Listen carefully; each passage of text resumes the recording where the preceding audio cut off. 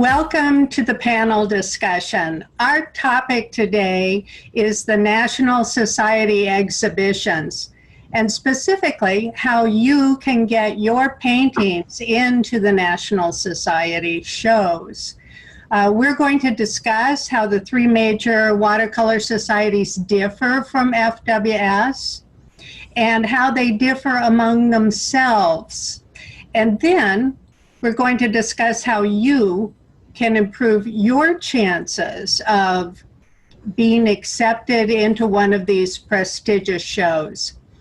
My name is Peg LaFave, and I'm the third vice president for FWS this year. And since I suggested this idea about a year ago, I get to be the moderator, and I've spent the last several weeks working with these four brilliant artists to come up with appropriate questions for the panel discussion. Let me talk about these four panelists. They're highly awarded and respected watercolor artists, and they also happen to be Floridians who hold FWS signatures. In addition to this, each of them hold at least one of the National Society signatures. We're going to talk to them about what their paths were and how they grew beyond Florida and succeeded in being exhibited by the National Societies. Now, let me jump right in and introduce the panel to you. Our first panelist is Sue Archer, and she is a member of the three biggest societies. That's American Watercolor Society, the National Watercolor Society, and the Transparent Society of America. She did outdoor shows for more than 30 years, and she still is teaching fabulous workshops. She's become a very popular juror, and she still enters national exhibitions. Thank you, Sue, for participating. My pleasure. All right, I've got a quick question for each of you after I introduce you, and that is, how long did it take you from the time you became a serious watercolorist who was entering exhibitions? How long did it take you until you were juried into your first national show? I didn't have any art background at all. And in 1980, just as a whim, I took up watercolor with a friend. And within 5 years, I was being very serious about painting and selling, going on the street and doing art festivals. So starting to enter shows in probably 85, 5 years later, I was probably in a national show. Okay, so 5 years, that's not so bad. About. Okay, good. All right, the next panelist I'd like to introduce is Sheryl Fletcher Coon. Sheryl is currently serving as the president of the Transparent Watercolor Society of America, and she holds a signature with them, of course.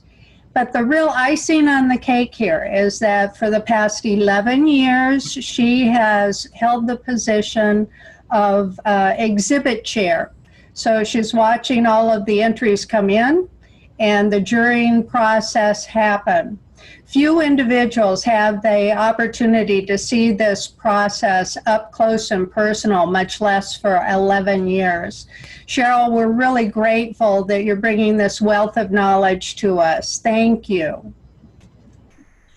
You're welcome. Thank you for asking me. All right. From the time you first started painting, you have an interesting story to tell. You began in 2008, and then what? Well, after I was an empty nester, I was trying to find something to do. And so I was trying to teach myself how to draw from books, and that went nowhere quickly. I was introduced to watercolor in 2008 by an artist named Suzanne Hetzel.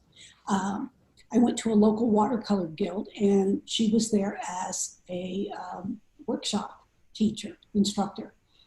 At the time, she was vice president of TWSA. And funny, I ended up within a few months being secretary on the board of TWSA.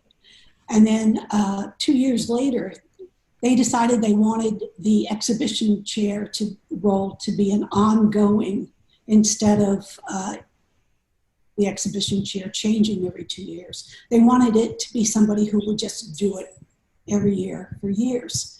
And I went ahead and took it on with the promise that I would never have to take the presidency.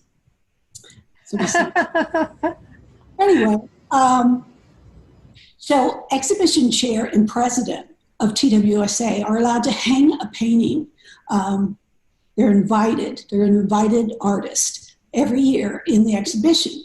So here I am, exhibition chair, and I have to hang a painting next to Dee Mitchell and John Salmonen and Sue Archer and, all of these nationally known artists. And I had just started painting watercolor in 2008. So I stressed out almost to the point of losing my mind trying to get something decent enough to put in the show.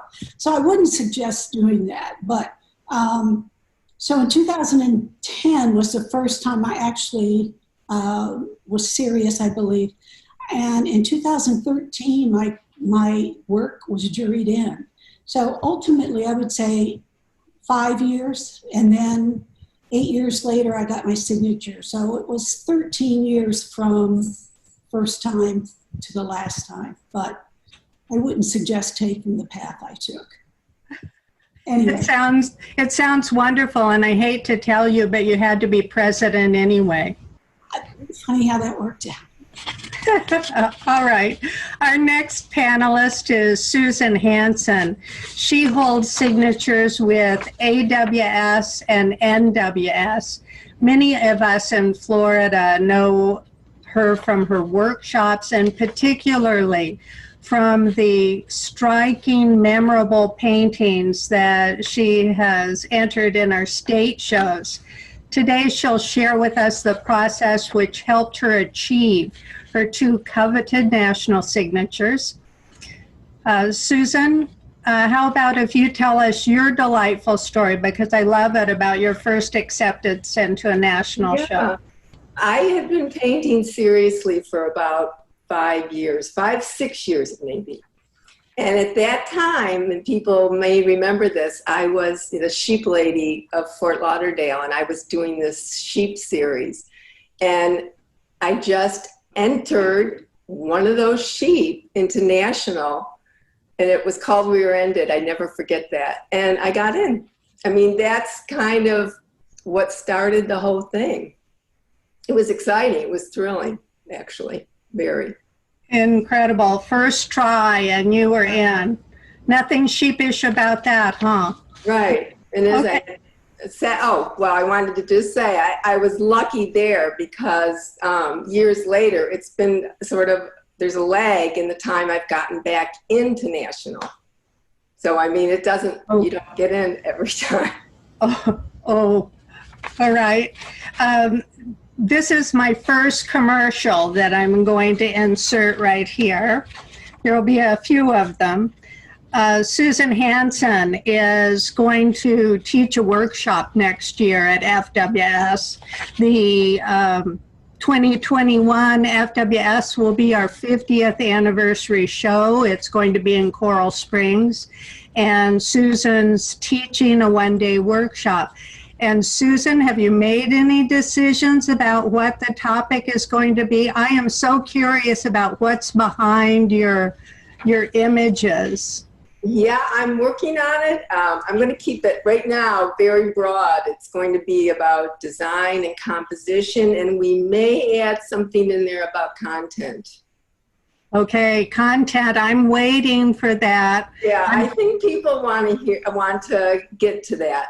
Okay. I'm first in line for the workshop, and the line forms behind me. All right, our next panelist is Frank Spino. We all know his vivid citrus slices. His excellent paintings have earned him signatures in the National Watercolor Society and the Transparent Watercolor Society of America, as well as prize awards in AWS.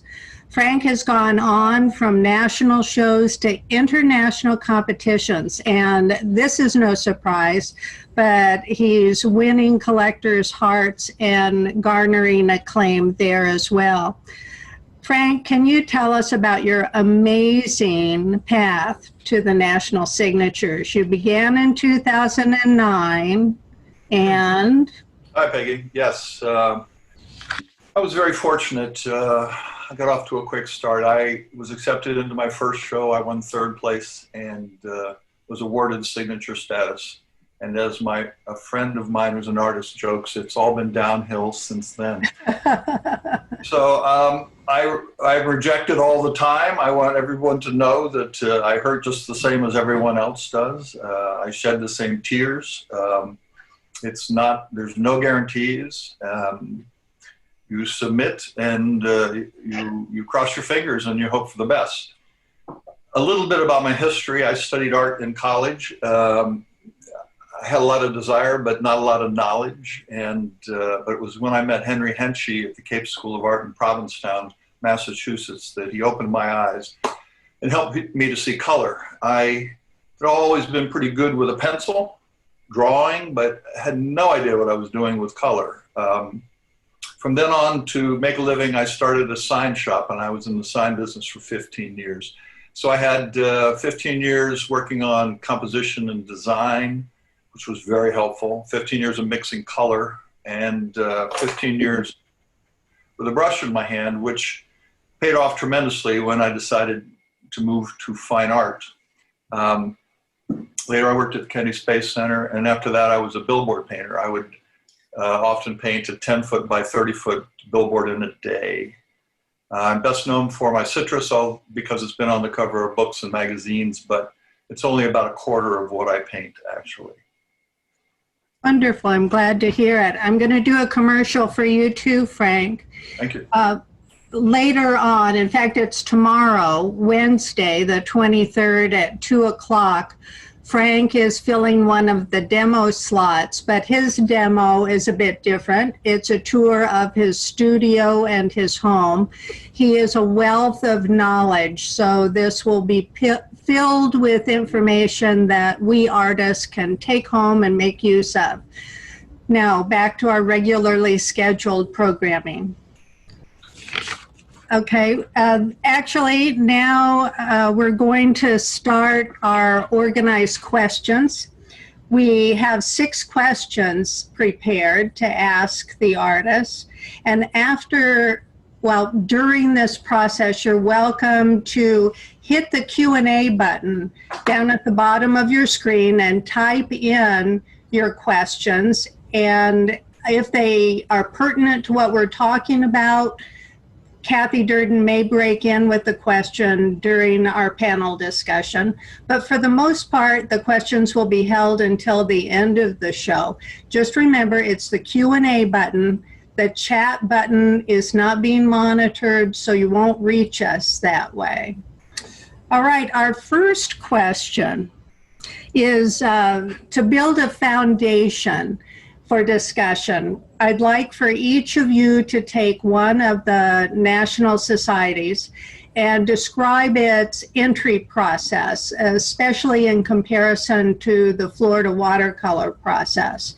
And to start with, Susan Hansen, would you mind taking on AWS for a discussion? Okay. All right. AWS is really the oldest society out there, and they always like to say the most prestigious society out there in the art world. It was established in 1866, so there's quite a history behind it. The building that it's located in is even historic. It's called the Salmagundi Club, and it's a brownstone in Lower Manhattan that's just exquisite. It's just full of history, just from this society. Because it's so old, it's always it has had a reputation of being a really traditional watercolor society, but that isn't so true anymore because on their annual shows now, which are open to any artist working in water-soluble media, the shows are open internationally as well as nationally. So the competition is very stiff, for sure. The prospectus is similar to Florida watercolor, other than they don't have a time limit on the painting. The date of the painting isn't so important to them. You have one entry per show. You can work on paper or Yupo. To become a signature member, you have to have been accepted in 2 previous shows. On that 3rd try, obviously you have a lot of incentive behind you if you want to become signature. If you get in the show on your 3rd try, you are a signature member. I just have a quick funny story because on my 3rd entry, which I didn't really feel I had a painting, and dear little Sheryl, who is a Florida Watercolor Society member, came over to my studio and she said, you know, what are you going to enter to American? And I said, I don't think I'm going to enter this year. And she said, wait a minute, enter that painting. And there was a painting on the wall. And she convinced me to enter it. And I won a nice big prize and got my signature that year. So that was, my first try was 2014 and I became a signature in 2016. I was pretty focused on what I wanted there. And the jurying procedure, I really want to give this to Sue Archer because she was a juror for American Watercolor, and that is an incredible honor because you are voted in by your peers to become a juror. So Sue, if you'll talk about the jurying for American Watercolor. Okay.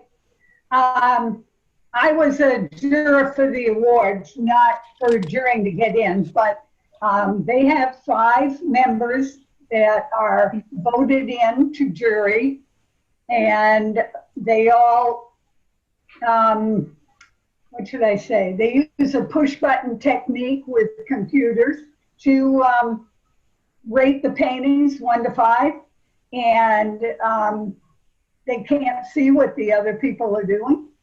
And that's how the show is accomplished. And then they have separate 3 jurors that come up to New York and do the awards on site. And so that's a lot different than the other national shows. Okay. Back to Susan. Well, no, I think that's it. That's Okay. AWS. Okay, after Susan Hansen, we go on to Sheryl Coon to talk to us about the Transparent Watercolor Society, of course. Sheryl, how's it different? Well, we also do the rating 1 to 5. We only have 2 jurors. And what we do when we are choosing our jurors is we try to pick a male and a female. And a lot of people, well, a few people have mentioned that they thought that might be a little sexist. And I have to disagree basically because I've watched for at least 10 years, I've watched a male and a female rate hundreds of paintings. And there is a difference in how male and females rate paintings.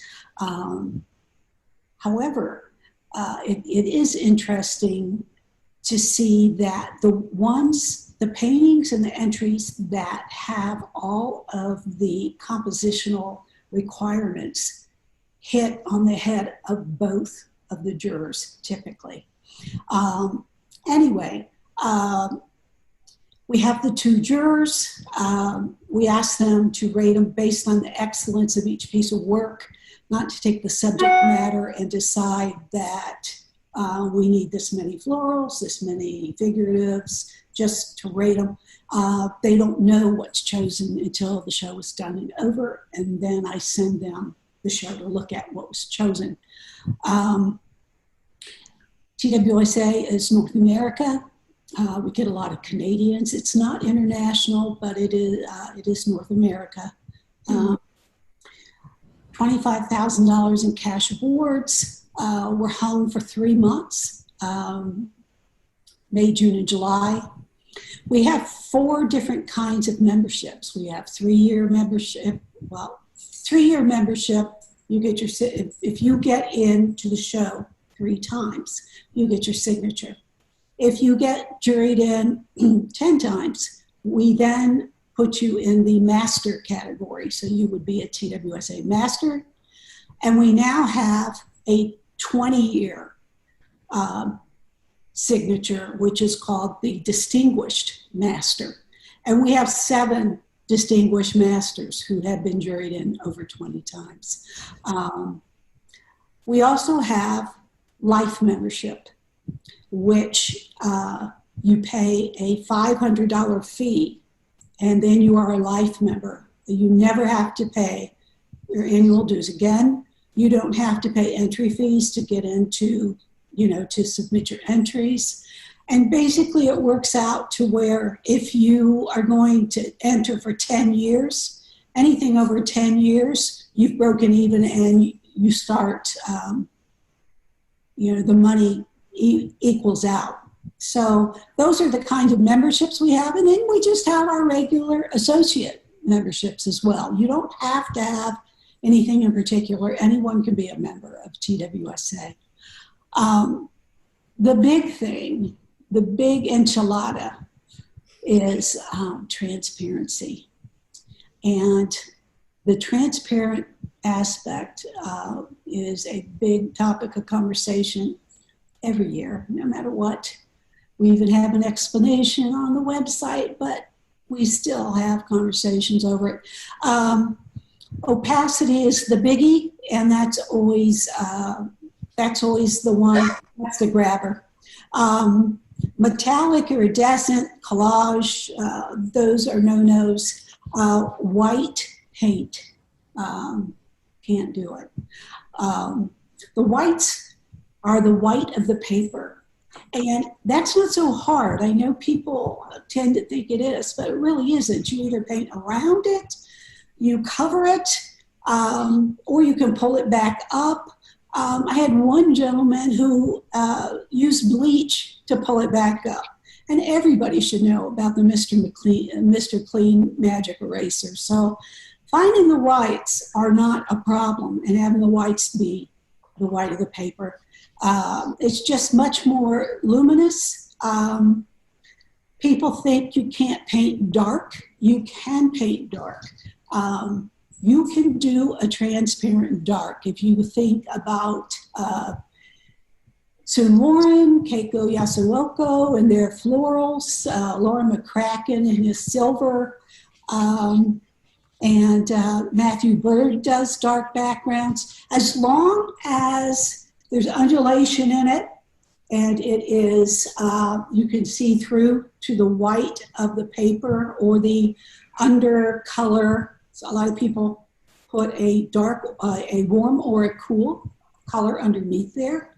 Then you're good. You just need to paint in a transparent manner with those darks. So when it gets to the point to where you've put so many washes on there that it looks shiny or it looks like leather, then you've gone into the opacity area. So you just hold it up to the natural light. If it's shiny, it's opaque. Just put a little water on it, wiggle it around. You can usually bring that back. And basically, I know we're known as the watercolor police, but we're really not, it's not that hard to paint transparently. You just have to focus on the way you apply the paint to the paper. And that, I think, is pretty much the difference between us and Florida Watercolor. Okay, Boy, that is expert testimony if ever there was any. Thank you. There are so many rumors running around about the special lights that you put onto the paintings to determine if they're transparent or not. So you've put all of that to bed. Thank you. The next panelist to discuss one of the societies is Frank, and he's going to tell us about the National Watercolor Society. Frank? Thank you, Peg. I'll refer to it as NWS, the National Watercolor Society. It's very much like FWS, water-based media on any appropriate water media surface.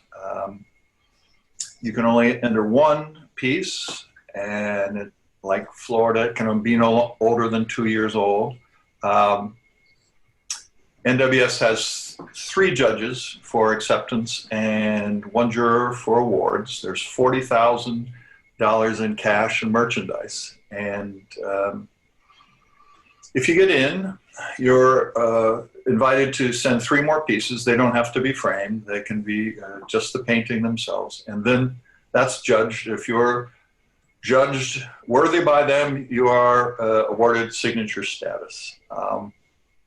On the prospectus, a side note,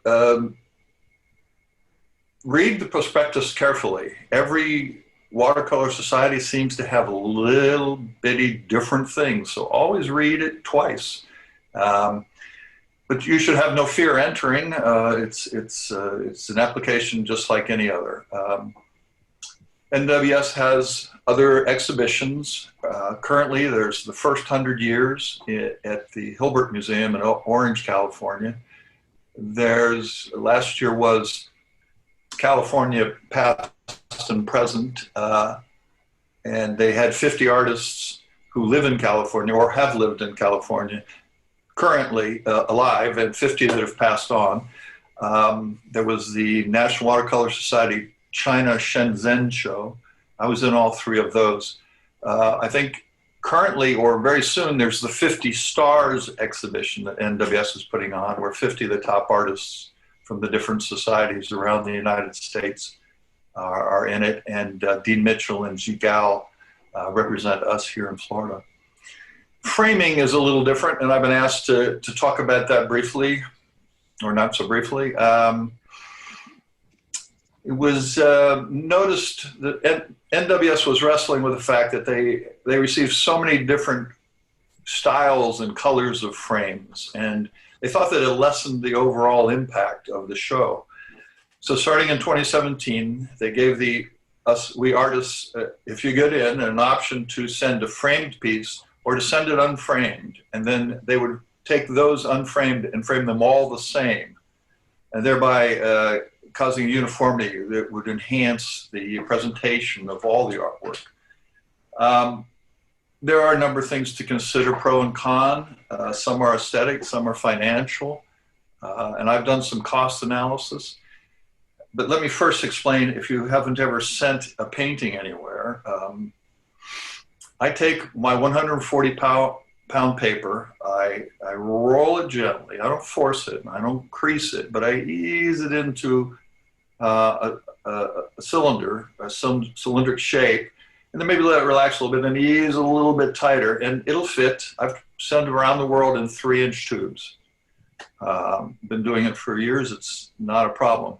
But another very commonly used method is you buy a box from Airfloat Systems, and it's called a strong box because that's what it is. It's a very, very sturdy cardboard box that has foam inside that will hold the framed glazed piece very carefully, has very snugly, and I always buy the lined piece, which has some extra security for puncture. So now that I've talked about tubes, rolling in tubes, and strong boxes, for me to put a painting in a tube, the tube costs $3. Two-way shipping to California, where NWS is, it was $28. There's a $60 handling fee, and then they charged between $210 and $235, depending on size. So now you have a total of $300 to $325. as opposed to you frame it yourself, you buy a strong box and you ship it. Framing for a full sheet, I'm using a round number of $150. A strong box can cost between $80 and $100, but it's quite reusable. But two-way shipping is now $160.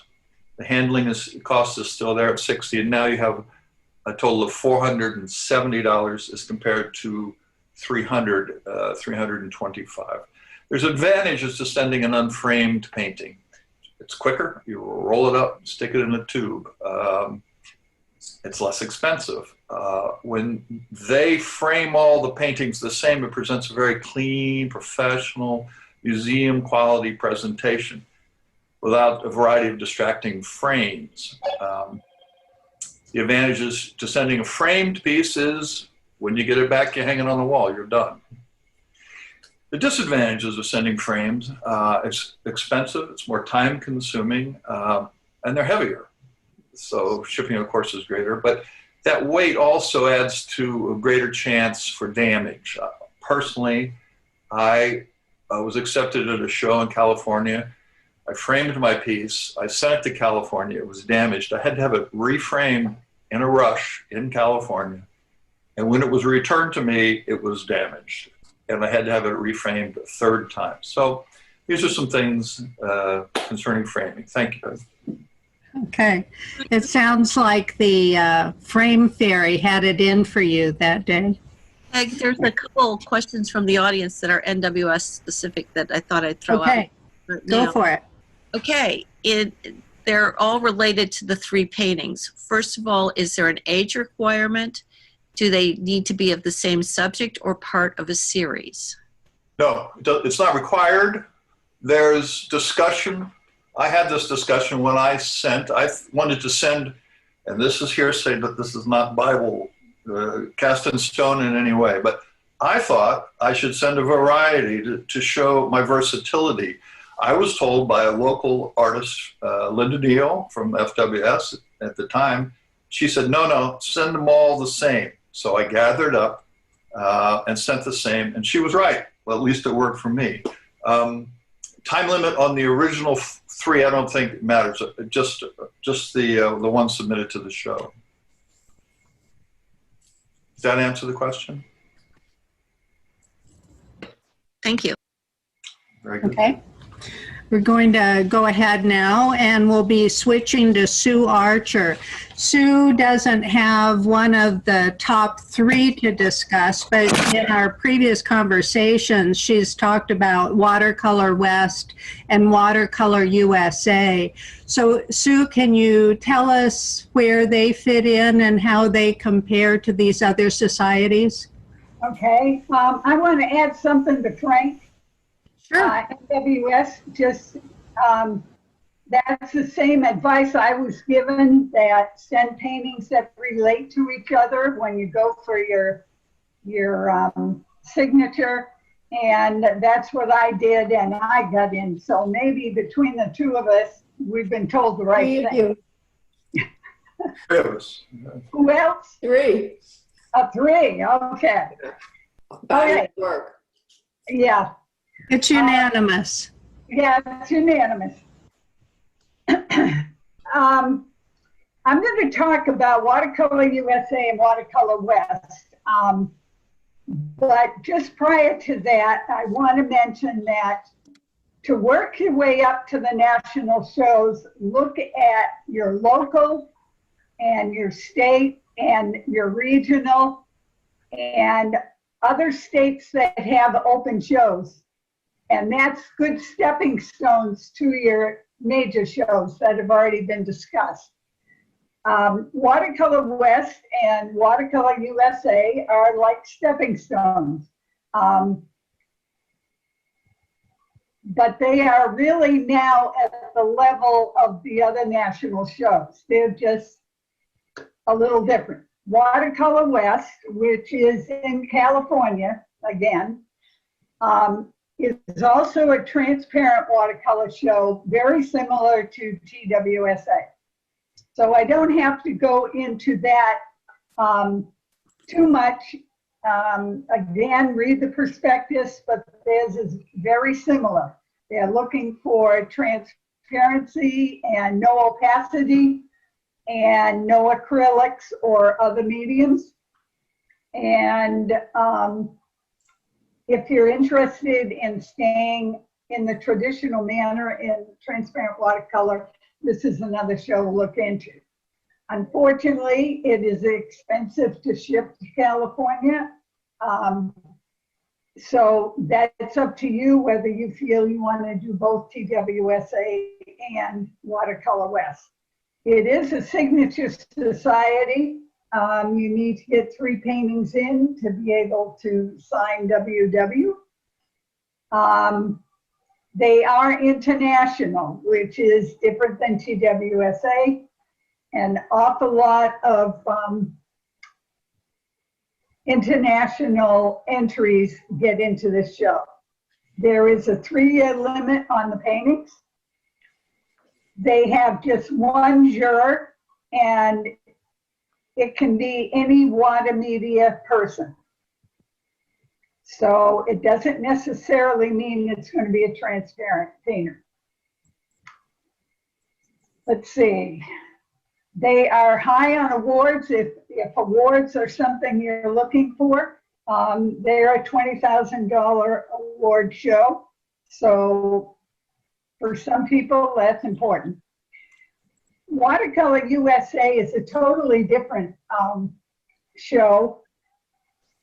It's not a society like Florida Watercolor Society or American Watercolor Society. The show is done in a museum by the museum. It's in Missouri, Springfield, Missouri, and any water media are accepted. Anything water soluble, done in a watercolor manner, and they're very interested in intriguing images and process. So that's something, like Sue Hansen, I think ought to go in that one right now. Artists have to live in the USA, and the painting needs to be done a year prior. So there's a small window. Their juror is not always a painter. They're often a curator, an art historian, a gallery owner, or an artist known in other mediums. Again, they're very high in awards, about 20,000, and they sell a lot of paintings. This museum has a real backing for selling in their shows. And they don't have an honors, they don't have a signature. So when you get in this show, you become a member of the Honor Society. And the Honor Society has shows that aren't juried. And sometimes there are 2 or 3 a year. And often they share a show with Japan or China or some other country. So you can be involved in things that aren't juried shows, but are fairly high level. So let's see. Other than that, I think that's about enough information on those. That's a lot of information. A lot of it is new to me, and I'm sure new to many of our members. Our second question is what most of us are waiting for, and that is, how can we increase our chances of getting into these national shows? How can we catch their eye? You know, what are the trends that are attracting their attention? All right, I'd like to have Sheryl start this discussion. Sheryl. Hello again. Well, my first and the most important thing is don't be afraid to enter. If you don't enter, you'll never know. But enter. Start at your local, work up to state, then regional, and then work up into national. Of course, if you have something fabulous, you can go straight to the top if you want. But if you're working your way up, start local. I know with TWSA, every year, 25 to 30% of the paintings that are juried in, it's the first time someone's gotten in. So that's good news. I suggest you submit your best work. Don't submit something. There are some artists who are very well known, and they are so used to getting into a show that they'll just send something in and assume that they're going to, get juried in, and they are surprised when they don't get in. And I do remember submitting something to a local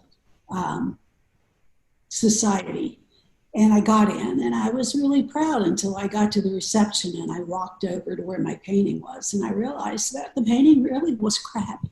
And so I will never do that again. If you can't stand next to it and be proud of it, then don't send it in. Jurors like things that are different. Something that when they're looking through, it sticks in their mind and they will go back and want to look at it again. That's been told to be by multiple jurors. Also, one very well-known gentleman suggested to me once that if you have a painting that is that does really well in a national show and it's in the catalog and it's everywhere, to retire it and to not submit it again, because the jurors will remember it and they're not going to choose it because it's already gotten awards money. Now there's two ways to look at that. If you're very prolific and you have plenty of paintings that are fabulous, or then you can do that. But I don't paint that quickly. I'm not quite as prolific as I would like to be. I'm getting better. You can only get better by doing more often. So if I have a painting that I think is wonderful, that doesn't happen every time I put paint to paper. So, and in TWSA, there's no, the exhibition and the president cannot get awards ever. So, I'm torn. And of course, this is one of the big guys. So, I always try to listen to the big guys. Anyway, and the last thing is, don't try to guess what a juror is going to like, because it never works out. And if a juror is the best at something in particular, don't submit that unless it's really great, because he's the best and he's going to look at what you have, and he's harder on the people who not just he. You can tell in my mind I'm thinking of someone in particular, but I won't use names. But they will compare yours to their work, and that certain gentleman chose an awful lot of figurative and portraiture because it's not something that he typically did. So just paint what you do best and send that in, and don't try to second guess or to think what the juror's going to do. So those are my tips. Wow, thank you for your words of wisdom. We really appreciate it. Frank, I know you wanted to talk about photography, which I think is absolutely critical. And so run with it, please. Well, it's important to take a good photograph of your work.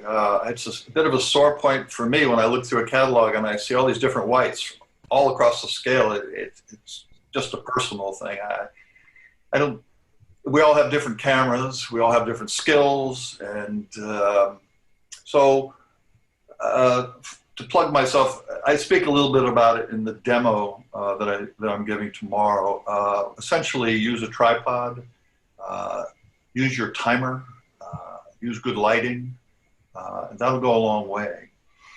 How to get accepted? Well, don't we all wish we knew magic answer to that. I would recommend doing what you're doing right now, talking to other artists, because there's so much to be learned.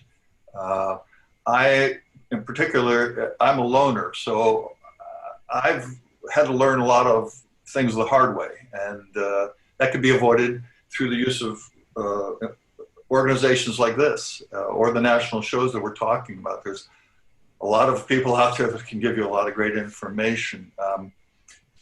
I would say study the catalogs and go online and look at shows and see what the level of the talent and also what's being accepted. I did a very unscientific survey of a number of catalogs I had, and I came up with the fact that paintings with faces and with people seem to be getting into the shows more frequently, at least now. Paintings with stories or meaningful content can strike a heartstring or bring up a memory. I'd say that's a good way to add to the value or enhance the esteem of the painting, because I'm adding something to the painting that is part of me. So that's a growth right there. For instance, an old grandfather with wrinkles, you just associate with your own memories. Another important thing, I believe, is uniqueness. Mastery of the medium is all well and good, but a clever and novel approach is also a good way to go. If they haven't seen it before, it's going to, the judges, grab their attention, and that's what we're trying to do. Personally, I feel finding your own voice is critically important. A little story, when I first began, I loved the work, I still do love the work of Susanna Spann, and I told an artist, I want to paint like Susanna Spann, and they looked at me and they said, you want to be Susanna Spann? And I realized, no, I don't really, I want to be myself. I just want to be as good as she is. So finding your own voice, not being someone else, being yourself. You want a painting to have stopping power, show-stopping, wow factor, because the initial impact is important, I feel. You have to stand out in a crowd of great paintings. My personal feeling is composition is king. All other skills and technique or content and everything is subservient to that. That's my personal opinion. And as far as trends, posterizing in Photoshop seems to be the current trend. Posterizing is a way of letting the computer reduce the total number of colors in a subject matter. And in my opinion, it makes it simpler to paint, but also increases the impact. So it's like a big win, two big wins. You can also modify the colors of these simplified levels or levels. And so that can add an artistic, relatively easy way of adding an artistic spin to it. And some people are taking it to a very great level. And then one last trend that I see is varnishing is starting to come up as to replace the acrylic or plexiglass that we put over our watercolors to protect them. And that has some pros and cons. And the pro is that I think the other artists here would probably agree with me, oil paintings draw a greater, go for more money. And it's a long conversation as to why that is. But it seems to me, it's my understanding that if you can take the glazing or the plexiglass off the front of it and make it look more like a watercolor, you can ask more money for it. Plus, it's lighter and cheaper to ship. Right, we don't have to pay for the frames. That's right. This was the first year, actually, that FWS accepted varnished works. It was a moot point because our show ends up existing only on the internet. But at this point next year, you can enter varnished works. Is that it, Frank? Yes, ma'am. Thank you. Okay, that was wonderful. Thank you. Words of wisdom. Now, Sue Archer, would you like to tackle this topic of what can help us get into the shows? Okay, almost everything has been touched on, so I'll just add a few things to it. I agree that design is paramount. You still need to be a good technician, and that should be your goal to begin with, but design's going to win out in the long run. And it's up to you as a painter to learn as much as you can in your journey to learn to paint and get in national shows. I think I mentioned this in question 1, that I believe you've got to start entering shows to know what it's like, to get over the hump. I've entered, I've been rejected, and get used to rejection, and you'll see it's just part of art, and that's the way it is. Enter your local shows, your state shows, your regional shows, and any show that you would like to enter that what you decided to paint fits. If you're going to stay transparent and traditional, you can enter any watercolor show, but there's only 2 of the national ones that take just transparent.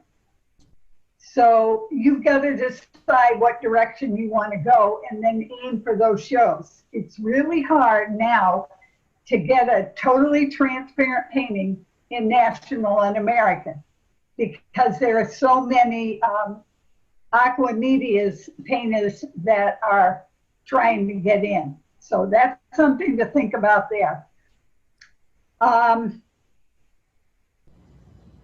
Painting in a series was what I was told, and my best advice when I started entering national shows was paint in a series. This is the way you learn. This is the way you, it helps your design. It gives you more ideas. You're painting one painting, you're already thinking of the next. And that's something for you to think about.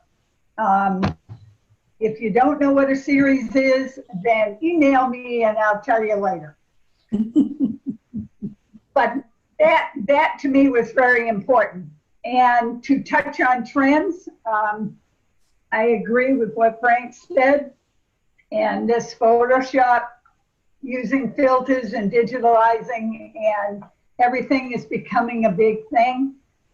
But coming from a juror's point of view, it can get very tiring looking at a lot of these entries because it's a similar technique.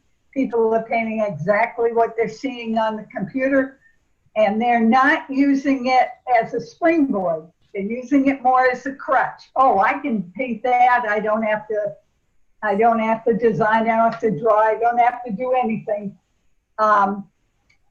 It's not going to work if you just take a photo that's badly designed and you go use a filter and paint it. It's not going to be a good painting. So that's something else to remember. There are trends every couple of years. Figures will be more important, and there will be a lot of entries in figures. And then still lifes used to be really big back in the 90s when I started, and they're dwindling out. But I bet in the next 10, 20 years, still lifes are going to come back. So my advice is stay away from trends, and you've got a better chance of getting in. That's it. Good. Good, important words, all of them. I'm going to interrupt with a quick commercial here. And this is for another demonstration that will happen later in the virtual convention. It happens on Saturday at 2 o'clock.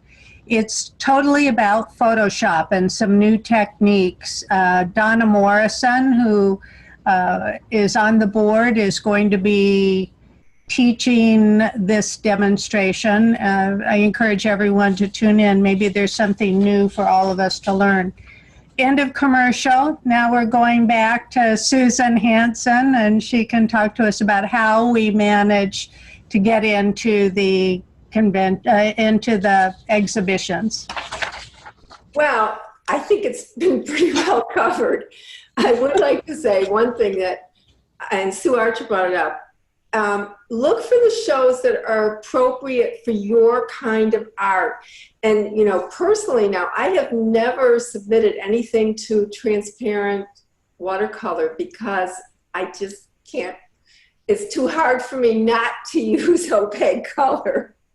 So I know that's just not where I belong, you know, and you have to do an appropriate show and look around for those. And then the other thing I would say, it's 3 things I'm going to say. This is how you get in the shows. You paint, and you paint. Some more. That's the ultimate secret to get in these shows. You got to do it. That's it. Okay, so we need to dig in, get ready and order more materials, and just work ourselves a little bit harder. It's work. That's great. That's wisdom. Thank you. All right, the third question is, has this changed you now that you have your signatures? Has it changed you? Has it changed your career? You know, has it changed the way that you paint?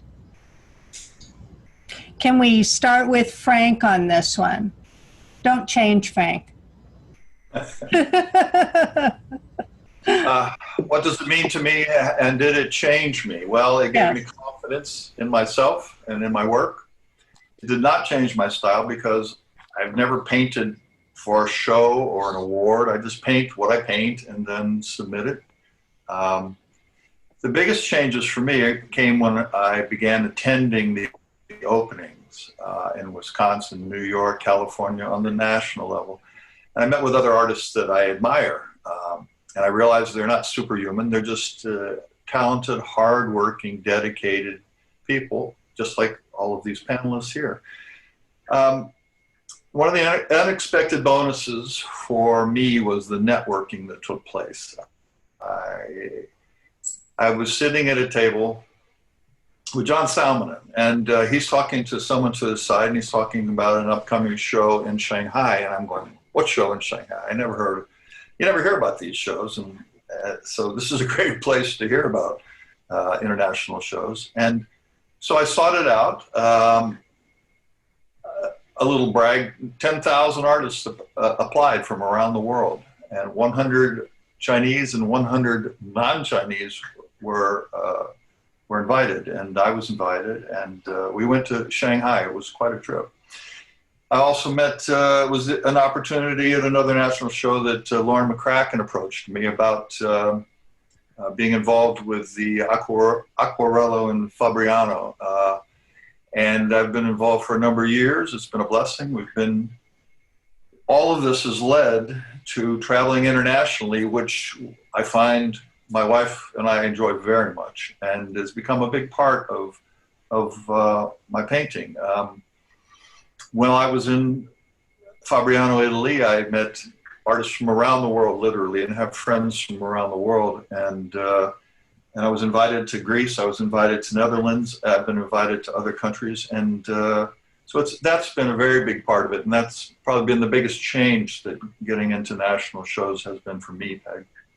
That sounds delightful. Thank you. Next, Sheryl. Would you like to share how you've changed now that you have your signatures? Well, basically for me, it's a little different in that, you know, throughout the years when I had to hang a painting next to all of the people who were juried in, I put so much pressure on myself, and I don't suggest people do that. I put so much pressure on myself, and it took me forever to paint something that I thought was equal to the task. It will come. It did get to the point where I was more confident, and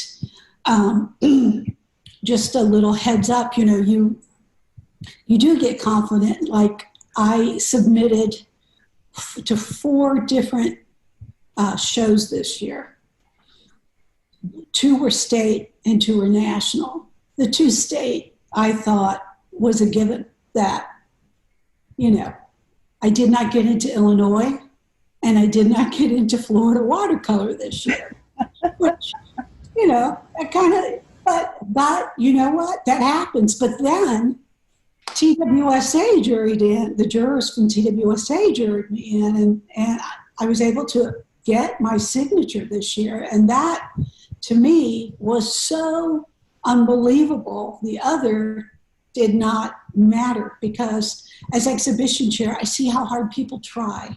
And people try for years and they get, you know, they get frustrated. And I'm the one that usually, you know, tries to talk with them about it. And so, you know, everybody else it was trying to get in, and the fact that I actually made it, it's just beyond my belief. And then I got into the NWS 100 year exhibit, international exhibit this year.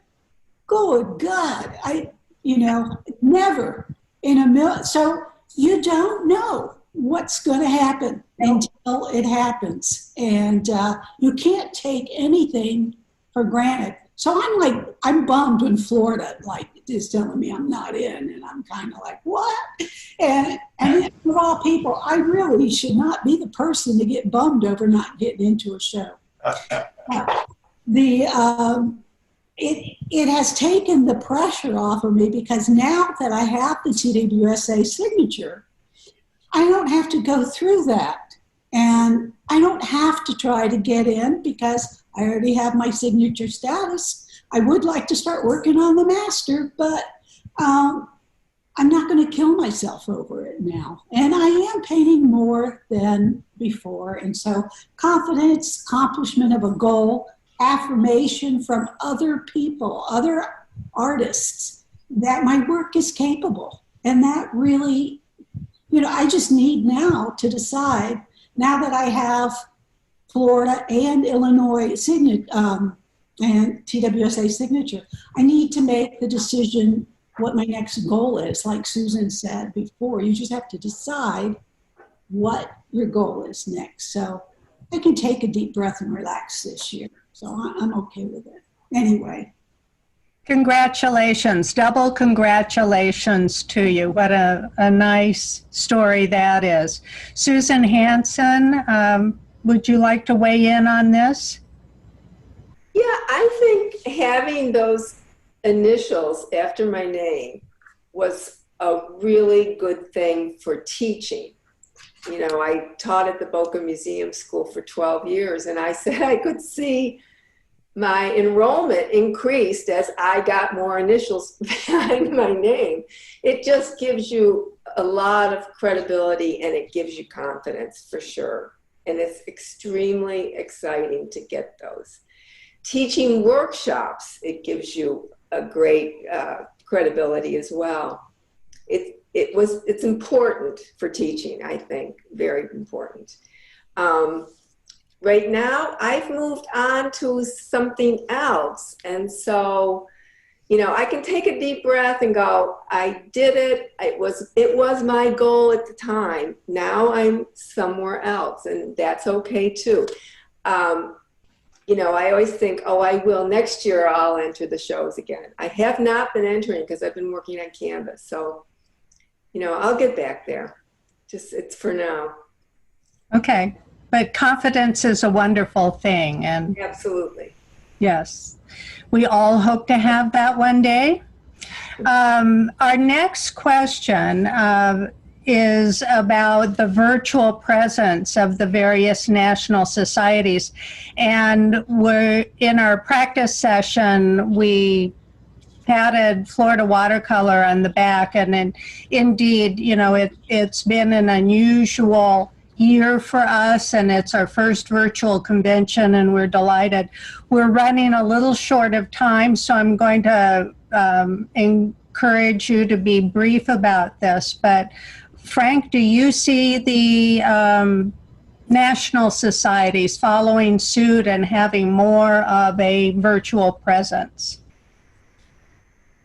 Who knows these days? Who knows what's going to happen? But I was speaking with a board member the other day, a friend of mine, and he was surprised and excited that FWS was doing what we're doing right now. He said that he wished that NWS could pull off something as well. They do. NWS has some demos and armchair chats with Jeff McCormick, Mike Bailey, and then around the exhibitions, there's often demos associated with that. Wonderful. Okay. And Sheryl, you talked a bit about TWSA. They went a different route than Florida did this year. They managed to have their physical convention. Can you speak on that topic? Well, we were fortunate, and it was really all about the timing. As far as the virus, and also the fact that we work with the same venue every year. And the museum was working with us. We were keeping in touch, and typically we are hung for 3 months. We only were able to hang for 1 month, but it was 1 month more than everybody else got to hang. And seeing the paintings in person is really such a big difference. We did do a gallery walk with Kathleen Conover, and that was really our only virtual presence as far as that goes. But that being said, we don't know what the future holds. And again, timing is everything. Very well could be flip-flop next year, and TWSA would really need to do the virtual, and Florida may, timing-wise, be able to do an in-person convention next year because of when it is. But I will say that we're very impressed with what Florida Watercolor has done this year. We're keeping an eye on it. I asked a few of our board members to register. They're watching, and we're going to take the lead from Florida Watercolor and see. We're just going to do whatever it is that we need to do. We are going to do just more learning for everybody, and really, there's no reason why we couldn't do a little of both. We did do the workshop with Kathleen Conover. There was only 16 people there, but that was the amount that we chose, and we did a distanced, and everybody wore their mask, and it was a bold move, and but no one was sick, and nobody was naughty, so we got through that, and we were fine. Kudos to FWS, well done.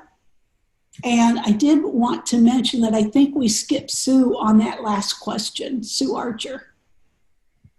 On the what did the signature do to help her? Okay, we'll catch her as we go around.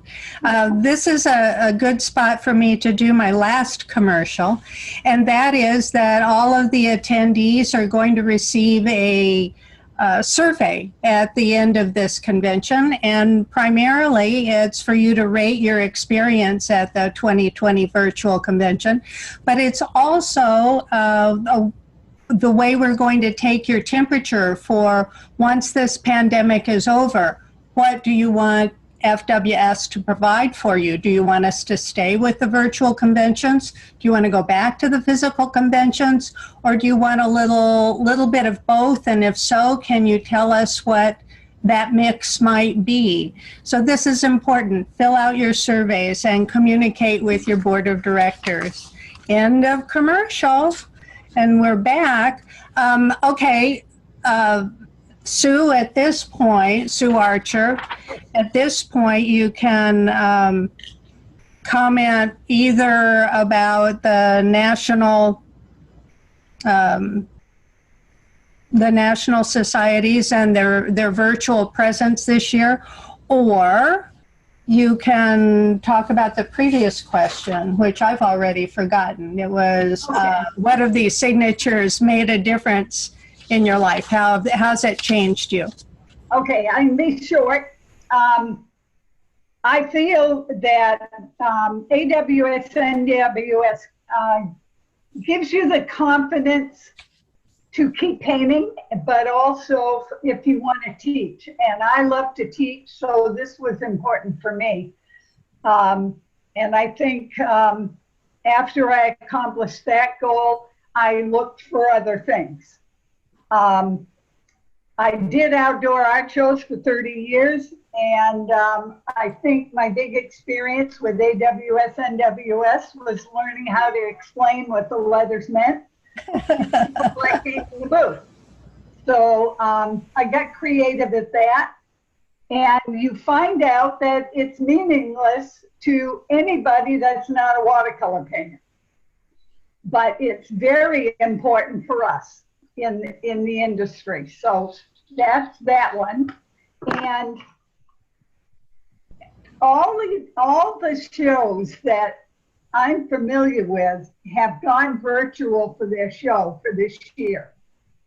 Most of them have catalogs, and maybe they will just do virtual this year because catalogs are expensive. I don't know whether they will or not. And an awful lot of them have done workshops online instead of at the show. So whether they stay doing this or not, I think nobody knows what's going to happen in the next couple of years. So we'll see. Hear, hear. Thank you for that. And I apologize for skipping you. Don't worry. Wasn't intentional. Okay. Now this is a very quick question, and it's talking about the costs involved in entering all of these shows and the packing and shipping, etc. Frank in particular, he and his wife Susan keep extensive records, and they did some research for this. Frank, can you take that away? Well, speaking about costs, this is a very expensive hobby I have. And in 2018, I was in 19 shows, and the total output for framing, shipping, and submission to shows was about $3,200. In 2019, I was preparing for a solo show, so there was a lot of framing going on, and I totaled $4,400. So it's an expensive hobby. Yeah, it is, but well done. The other panelist who had mentioned something is Sue Archer. You have a unique idea for saving money, the packaging that you and your husband do? Yes. I have two things. One is if expenses is a problem for you, look into staying regional. There are an awful lot of shows on the in the east section of the country that is a lot cheaper than sending them all the way to California, and it'll give you plenty of experience and cost you a lot less. We make my own boxes in 3 sizes, and I keep for quarter sheet, half sheet, full sheet. And I reuse the same frames, and I reuse the same mats that are just for shows. And that keeps them clean, and I know they're gonna fit the box, and we just make it out of cardboard and insulation material, fairly thick. And it fits right in a foam barrier, and put the top on and tape it up. So they're not costing us a lot just to make the box, whereas strong boxes cost quite a bit. Okay. So Anything? That's it? That'll keep it short. Good, thank you. Does either one of the other two, Sheryl or Susan, have anything to add to that? Nope. Looks like no, so we'll move on to the last question, which is really kind of a roundup question. Is there something important that we haven't talked about, something that you would like to share, or a story that you found inspiring? Anybody? Hands up. Ooh, Sheryl, go ahead, Sue. Okay. You're on screen, so go right ahead. I was watching an interview a couple of days ago of Thomas Sheryl, who said that his mentor, Joseph Zavutzik, told him that he wanted to be a successful painter, and but he didn't know how to do it. And Joseph told him, you have to design two things. You have to design your paintings and you have to design your life. And he says, what are you talking about? He said, if you want to paint, you've got to design what you leave in. You've got to design what not to leave in. And you are in charge. And I thought, if that doesn't fit this panel, nothing does. Yeah. Yeah, boy, that's thought-provoking. There have been several things that require a lot of soul-searching that you all have said. Okay, Sue, thank you. I think Susan Hansen actually had some very wise words about priorities, which is similar. Yeah, in terms of these shows or not these, not going in the shows, you have to have a personal choice of what it is you want to do.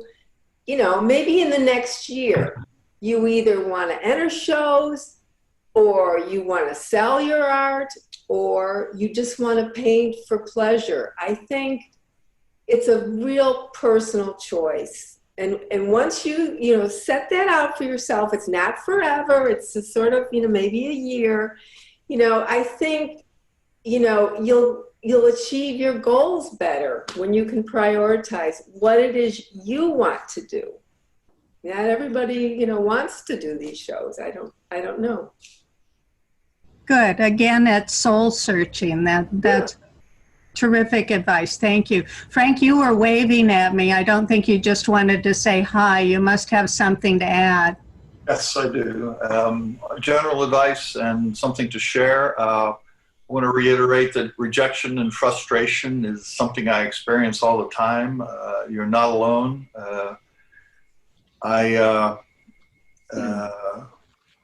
One of my favorite sayings is by Winston Churchill. It's success is moving from failure to failure without losing enthusiasm. So you got to keep trying. A story I love to tell is of a well-known artist. She submitted to a major show one year and her piece was not accepted. And the very next year it won first place in the same show. So how can one explain that except judges are different? And so one must keep trying. Bottom line is practice, practice, practice. That's how you get better. If I'm any good at all, it's because I've got thousands of hours in, and you get better with practice. You make less mistakes. On a personal note, I wanted to say it's critical that I have the backing of and strong support of my wife. Without her encouragement, I might have become frustrated with the rejection, and I would just paint for myself then. And besides that, she's a huge help. Besides just keeping me alive, feeding me, she's a good businesswoman, and she helps with scheduling of shows, which can be very tedious. And I'll tell one story and then be done. I had entered into the National Watercolor Society, and I received a phone call. I think my wife brought me the phone, and so she knew who was on it. I didn't, and I was surprised to find out it was the president. And I found out that they call you if you win an award, and so I was pretty surprised, doubly surprised. And just at that moment when he had told me this, my wife squealed in the doorway, and he stopped and he said, "Well, what was that?" And I said, "Well, that was my wife squealing because she heard that I had gotten in the show and won an award." And he took a long pause and he said, "Do you realize how lucky you are? Many artists have partners who think they're wasting their time painting pictures." So I feel very fortunate. Yes, you are. Susan is quite an asset. Okay, Sheryl, did you have anything you wanted to comment on? Yes, Peggy, I do. Good, thank you. First of all, you know, Frank, I've called you about getting an award before, and I never heard any squealing behind it. I'm just saying, if I call you next year, I expect to hear some squealing. You got it. Anyway, also, Frank is absolutely right. Spousal support is so helpful. If you have someone who's a downer, and of course, I have a husband who I could just scribble on a napkin and he would tell me it was great, and that's not really that helpful. So anyway, how to get better, how to excel, be organized, like Susan said. You have to be organized. Get a whiteboard. And no matter whether you're doing it for pleasure, you're doing it to enter, but get a whiteboard and be organized. I paint with friends regularly, like a couple of times a month. Get a couple of friends to come over, and y'all just throw ideas out there and work on different paintings. Have lunch, you know, whatever. Go paint together. You can ask each other questions, and your friends are going to be honest with you. The other thing is, I have gone to a lot of workshops, and I finally, 2 years ago, got to the point where I figured it out what it was that I wanted to do as far as and what my style was going to be. Every workshop I learned something, but I finally came to a point, and you will too, if you go to the workshop, where something will hit you, and that'll be your passion, that'll be your style, what hits the spot. Workshops have been very helpful if you can do it. Ultimately, you know, and when you get together with your friends, not only will they help you, maybe you can help them just by encouraging them. Let's all encourage each other. And I have found that the most successful jurors are the ones who are the most generous with their information and with their help. So be one of them, be helpful. Let's be here for each other. And read the prospectus. If you're going to enter, read the prospectus. And if you get in, read it again. We have people who, right before it's time to ship a painting, they read the prospectus again, and you get the phone call. Hey, I forgot, I used a little white here and there. I'm going to have to pull my painting. Read the prospectus. It's so important. Other than that, never surrender, never give up. That's it. That'll be our battle cry after this panel discussion. That wraps up the presentation. We ran a little bit long, but we have a bunch of questions that I'm seeing over here under the Q&A about, and one of them crossed my mind too, is prior to this panel discussion, I had heard that pencil lines in the paintings were just not allowed. And the question came in saying that he, whatever, thought it was the transparent show that was not allowing the pencil lines. Is this another rumor, or can you comment on that, Sheryl?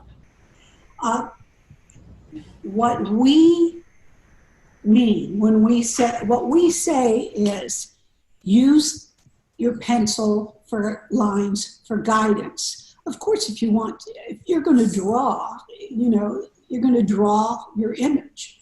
The point that we don't want there to be more pencil than paint. There are previous times where someone would do a sketch and then just slap in a little watercolor paint here and there to enhance it. We want the paint to be the star. If the pencil shows underneath it, that's fine. But we don't want the pencil to be the part of the actual image that you're trying to portray. Does that answer it? I think so.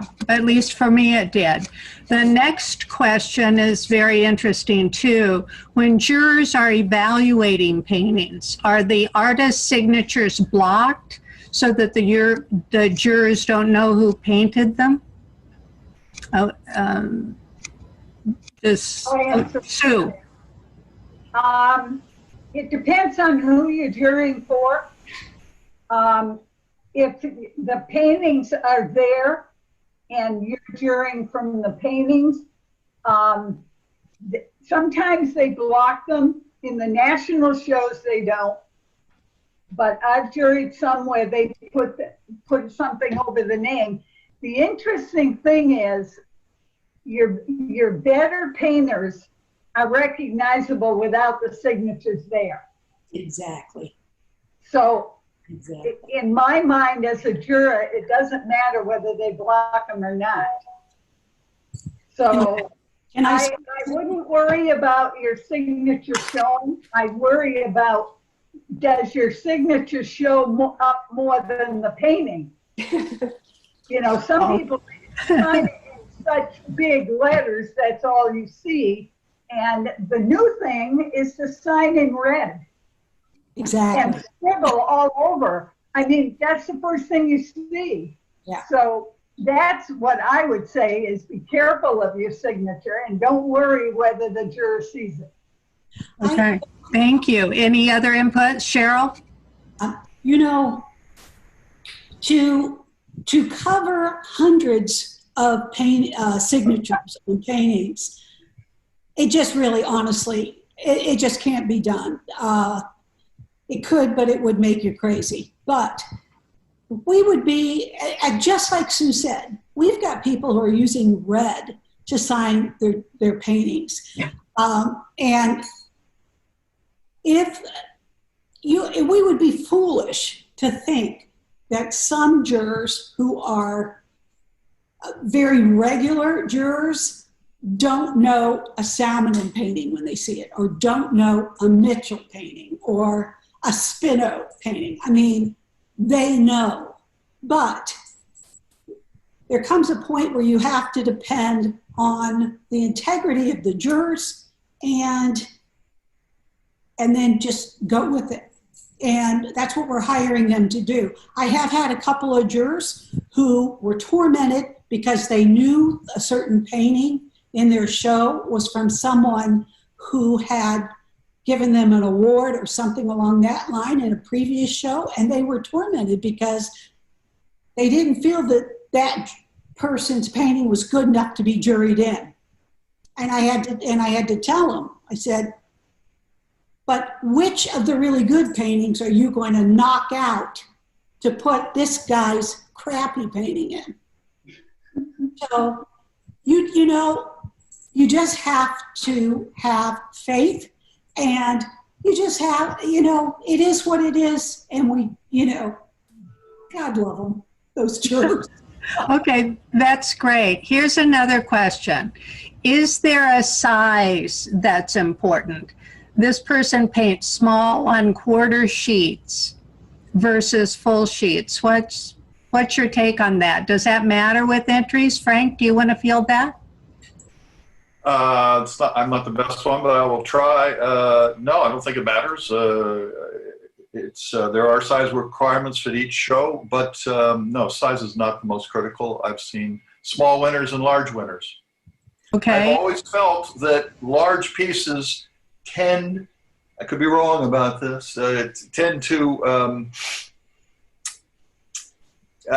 get more credit because it's easier to pull off something magical on a small scale than on a huge scale. So that's my opinion, that larger paintings have a tendency to be accepted a little bit more. But in this virtual age, what does it matter? We don't know what the sizes are anymore. Okay, thank you. Anybody else? Yeah, I would like to add, this is Sue Hansen. I would like to add, I think format is an important thing to think about. Mm-hmm. To have an unusual format, I think adds to the interest of the painting. When you see it on the wall, you have these, you know, very vertical paintings, very horizontal paintings. It's interesting, you know, to have a different format. Okay, different is good. I would agree with Susan. And if you have a long and thin painting, either horizontal or vertical, that does catch the juror's eye. And really, size matters depending on what you're painting. If you're painting a little fruit, we've had some gorgeous little fruits and things like that. Not only that, people buy the smaller ones. So, Okay. On to the next question. It's another question that involves jurors, but how much time does the juror have to look at each painting before they quote unquote push the button? Anybody? I guess that's me. Yep, Sue? Each show's going to differ, but in American, I can't remember the exact amount of time. Steve Rogers did that, and so he has that answer. But you see the show, the whole you see every entry once. They run through the whole thing. So you've seen every entry. Then you go back and start again, and you start to punch the button. But it's not very many seconds. So they're not limited by how many seconds, but they don't pause very long. Is that what you're saying? You've seen all the images once. So you've seen them. And then they go back and start over. And that's when you start judging and giving them a number. And there are so many seconds you have to make that decision. Oh, okay. Is it like 5 seconds, 10 seconds? Yeah, I think so. Something short, anyway. Yeah, Considering you've already seen the painting once. Okay. I have a question here specifically for Frank Spino. If they frame it, and they're talking about NWS, if they frame it, you need to pay for return shipping. So that needs some clarification. Yes, we always, everything, whether framed or unframed, when you purchase your at FedEx UPS label, you purchase a return and you mail it along with your piece. And so they have that, they slap it on the tube or the strong box or whatever you send them. You always, when you purchase a return shipping label. So with NWS, you send it in a tube, they frame it. Do they send the frame to you, or do they take it back out of the frame and you get your painting back in a tube? That is correct. The second, okay. Terrific, thank you. Some of these questions don't make sense to me. There's one question about, do you have to submit within 1 to 2 years from when you painted it? That depends on which show you're entering in. So if you want to type in the question and tell me which show you're asking about, we can clarify that for you. 2 here. Okay, 2 for TWSA, all right. American is unlimited. Pardon me? American, there is no limit. Okay, American does not have a limit. Watercolor West is 3 years. Watercolor USA is the year prior. So it's like a year and a half. Okay. We have a question here from someone who says she's new to the watercolor world and she wants to know how you do earn your signature. So can someone answer that for FWS? Now that Sue, do you want to go ahead? Sue Archer? Earn your signature? For FWS. I've got it so long ago, I've forgotten how many it takes. 3? 3. 3. Yeah. It takes 3 years. And you don't have to do 3 successive years. It's just 3 years sometime in your lifetime, which makes me think if I live long enough, I might be able to achieve this. Well, you just have to change your priorities. Okay. Okay, got it. All right. We're getting a lot of positive comments. Let's see. I'd like to mention that TWSA gives their juror a week to look over a cafe website.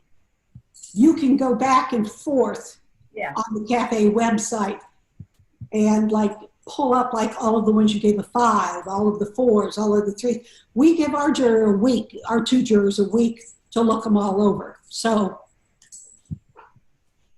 they're not under the rush of a timer going off with each and every one. That's interesting. Okay. Next question is general, so we can go around the panel just like before. So what is the few key points that woke you up to the world of colors, of watercolors, I would assume? What impression and knowledge are left with you with that experience? What woke you up to the world of watercolors? Watercolors or color? Well, the question says colors, and it's not to anyone specifically. The questions are very succinct, so sometimes we're guessing at what the meaning was. I had to have a talented artist, Henry Henchy, as I had said earlier, show me how to see what was in front of me. And it took a while until the light bulb went off, but it was with instruction. It may have never come to me without his help. This Cape School of Art is still in existence in Provincetown. You could look into it on the internet. Okay. What about choosing frames for shows? Do you think that makes a difference on judging for prize money? No, because your shows have frames under control so that you can't do that. You have to have off-white mats, and they've got minimal frame choices. So that shouldn't be an issue. Okay. Yeah, I think it depends sometimes on the juror, because we have off-white frames, mats, and we say simple frames. But I've watched them go through to give awards and heard a comment a couple of different times where they said, if they had just put that in a different frame, it would look so much better. And I would have given it an award. So the frame really has to go with, at least it has to go with it, with the painting. That's just my opinion, and what do I know? I would like to add something there. Okay. This would be about the mats. Now, this was kind of an eye-opener to me. I think the 8-ply mats really set off a painting better than just, if you can afford to have somebody cut the 8-ply mats, they're beautiful. They're museum quality mats. And it sets the painting off. Just that little difference. Thank you. That's interesting. I'll look into that. Here's another question. Are the NWS and AWS judged digitally like TWSA is? Or do jurors travel and look at the images together? Well, I would say, and go ahead, Ann. Sue. Was that Sheryl that wants to start out? No, that was to Frank and Sue. Okay. Frank, go ahead. Okay, what was the question? Yes, you submit digitally, but I believe, and it's judged for acceptance digitally, and then you ship your painting, and I believe the juror of awards sees the real thing up close in person. Except this year, where digital is all there is. Okay, all right.